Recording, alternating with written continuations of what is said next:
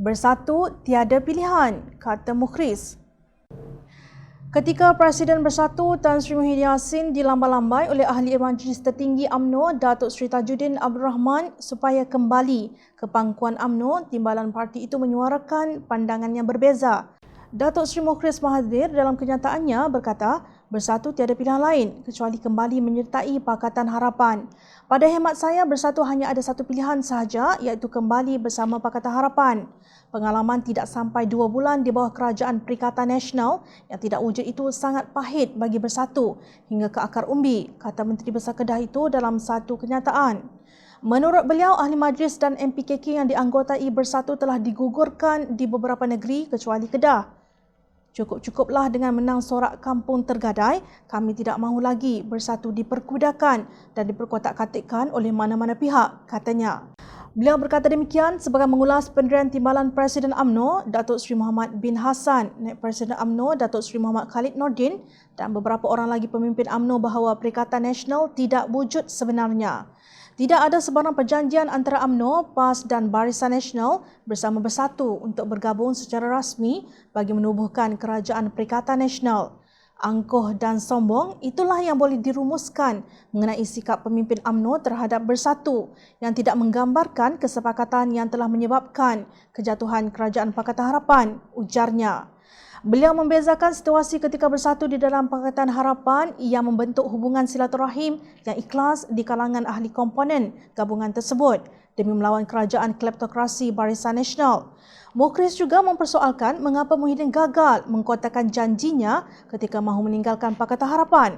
Janji-janji yang dimaksudkan adalah yang telah beliau dikemukakan kepada Majlis Pimpinan Tertinggi MPT dan ahli-ahli Parlimen Bersatu sebagai asas kenapa Bersatu perlu segera tinggalkan Pakatan Harapan dan menyertai Perikatan Baharu dengan UMNO dan PAS yang bergabung di bawah Muafakat Nasional, kata Mukhris. Menurut Mukhris, ramai ahli Bersatu ingin tahu adakah benar kerjasama politik yang wujud antara Muafakat Nasional dan Bersatu hanya dapat bertahan sehingga Dewan Rakyat dibubar. Beliau juga tidak yakin Bersatu mampu mempertahankan kerusi yang mereka menangi dalam situasi UMNO dan PAS yang akan bertanding di kawasan orang Melayu. Memandangkan kerajaan sekarang dianggotai oleh ketiga-tiga parti politik ini, tidakkah dirasakan pelik bahawa Muafakat Nasional akan berlawan dengan Bersatu di kursi-kursi yang ditandingi pada pilihan raya umum ke-15 nanti?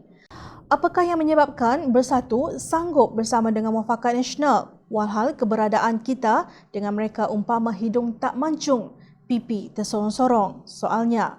Mukhris percaya perhubungan antara Pakatan Harapan dan Bersatu yang tercalar kerana langkah Sheraton masih boleh dipulihkan demi kesejahteraan negara.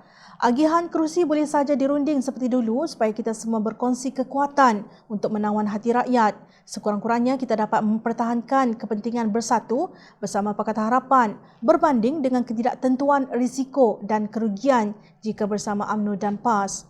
Terdahulu, Timbalan Presiden Amanah Datuk Seri Salahuddin Ayub mempelawa Bersatu atau mana-mana ahli parlimen atau ahli Dewan Undangan Negeri parti itu untuk bersama Pakatan Harapan dan menolak Perikatan Nasional.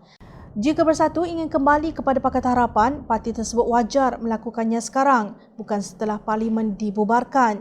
Jika gagal kembali kepada muafakat sebelum pilihan raya umum ke-14 lalu, pimpinan parti itu tetap akan dianggap sebagai pengkhianat dan menggunting dalam lipatan. Alasan yang menolak Bersatu ialah kerana sikap sebilangan pemimpin mereka, termasuk kumpulan yang digelar kartel yang membenci Datuk Seri Anwar Ibrahim. Bersatu yang harus membuktikan keikhlasannya. Tidak mungkin ia boleh lagi menuntut banyak kerusi untuk bertanding seperti pada pilihan raya umum ke-14 yang lalu. Maaf, Tun Dr. Mahathir tidak akan terima lagi sebagai calon Perdana Menteri ke-9.